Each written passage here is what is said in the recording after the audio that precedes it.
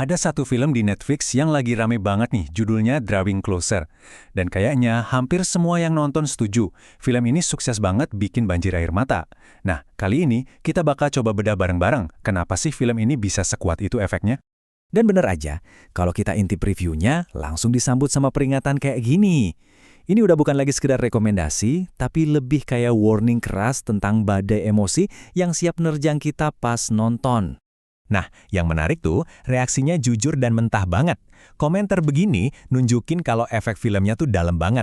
Ini bukan lagi sedih biasa, tapi udah sampai ke level frustrasi dan marah ya, saking berhasilnya emosi kita diobrak-abrik sama sutradaranya. Komentar ini, wah ngena banget. Ini gambaran sempurna gimana rasa sakit para karakternya tuh seolah-olah nular ke kita yang nonton. Jadi ada semacam transfer penderitaan gitu, yang bikin kita semua ikutan sakit. Jadi pertanyaannya, apa sih yang bikin film ini tuh beda? Apakah ceritanya cuma sedih aja? Atau emang ada formula khusus yang dirancang buat nguras air mata kita? Yuk kita bongkar sama-sama. Oke, kita masuk dulu ke inti ceritanya. Kenalan sama dua tokoh utama kita, Akito dan Haruna, yang kisahnya adalah perlombaan melawan waktu. Premis film ini tuh, wow, tragis banget. Kita punya dua seniman muda, Akito, yang divonis umurnya sisa 1 tahun, dan Haruna, yang bahkan lebih singkat lagi, cuma 6 bulan. Dan mereka berdua ketemu justru di saat-saat terakhir hidup mereka. Poin krusialnya, pertemuan mereka ini bukan kebetulan yang manis-manis gitu. Ini lebih kayak tabrakan antara dua dunia. Akito, yang udah di titik putus asa dan hampir nyerah sama hidup, dan Haruna, yang dalam diamnya tetap berkarya, tetap melukis, seolah melawan takdirnya.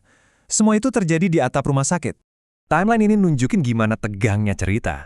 Semakin mereka dekat, semakin dalam hubungan mereka, di saat yang sama kita juga diingatkan, waktu mereka berdua tuh makin menipis. Setiap momen jadi berharga banget karena kita tahu semua itu ada batasnya. Oke, sekarang kita bongkar dapurnya. Apa aja sih elemen-elemen yang bikin cerita sedih ini jadi sebuah mesin pembuat tangisan yang efektif banget? Ternyata formulanya itu kompleks. Bukan cuma satu hal tapi gabungan dari banyak faktor yang dirajut dengan sangat apik. Mulai dari aktingnya yang supernatural, penggambaran penyakitnya yang realistis banget, sampai adegan-adegan spesifik yang emang sengaja dibuat bikin dada kita nyesek. Nah, ini dia, aktingnya itu jadi salah satu pilar utama. Banyak yang bilang, para aktornya tuh kayak nggak lagi berakting. Saking bagusnya, kita jadi ngerasa kayak lagi nonton potongan kehidupan nyata yang tulus dan rapuh. Dan adegan-adegan nyeseknya itu loh, salah satu yang paling bikin ambiar, itu pas adegan kembang api. Mereka udah janji mau nonton bareng, tapi apa daya, mereka cuma bisa lihat dari jendela kamar rumah sakit masing-masing. Begitu deket, tapi terpisah sama takdir. Sakit banget. Tapi, di tengah semua kesedihan dan keputusasaan itu, film ini menanamkan sebuah simbol harapan yang kuat. Harapan itu datang dalam bentuk sekuntum bunga. Yuk kita lihat gimana bunga ini punya cerita tersendiri. Jadi, film ini ngenalin kita sama bunga gerbera. Bunga ini unik banget. Dari ribuan jenisnya, nggak ada satupun warnanya yang punya makna negatif.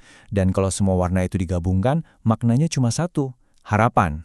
Ingat kan pas Akito pertama kali ngasih bunga ke Haruna? Dia sengaja milih 5 tangkai gerbera warna-warni. Ini bukan asal tilih loh. Ini adalah simbol dari harapannya yang baru tumbuh lagi setelah dia ketemu sama Haruna. Tapi poin pentingnya di sini, makna bunga ini nggak berhenti di situ aja. Maknanya berevolusi, jadi makin dalam seiring cerita berjalan. Bunga ini seolah jadi bahasa rahasia mereka berdua. Dan inilah puncaknya, momen yang bikin hati remuk sekaligus terharu. Di lukisan terakhir dari Haruna untuk Akito, ada 3 tangkai gerbera. Dan dalam bahasa bunga, 3 gerbera itu artinya, aku cinta kamu. Sebuah pesan yang nggak sempat terucap, tapi tersampaikan lewat bahasa rahasia mereka. Jadi setelah kita nangis-nangis nonton film ini, apa sih pesan yang sebenarnya pengen disampaikan? Ternyata ada sesuatu yang lebih dalam dari sekedar akhir cerita yang tragis. Ada satu penonton yang sadar kalau definisi happy ending itu bisa beda-beda. Bukan lagi tentang hidup bahagia selamanya, tapi tentang bisa berbahagia di waktu yang kita punya sekarang. Bukan tentang masa depan yang panjang, tapi tentang menghargai momen saat ini sepenuhnya. Dan kutipan ini ngerangkum semuanya dengan sempurna. Cinta itu nggak selalu butuh jaminan masa depan. Terkadang, bisa hadir sepenuhnya di masa sekarang, itu aja udah cukup. Pada akhirnya, film ini nggak cuma ninggalin kita sama air mata, tapi juga sama sebuah pertanyaan yang dalam banget. Pertanyaan ini bukan buat karakternya, tapi buat kita semua. Kalau waktu kita terbatas, apa kita bakal tetap berani untuk jatuh cinta?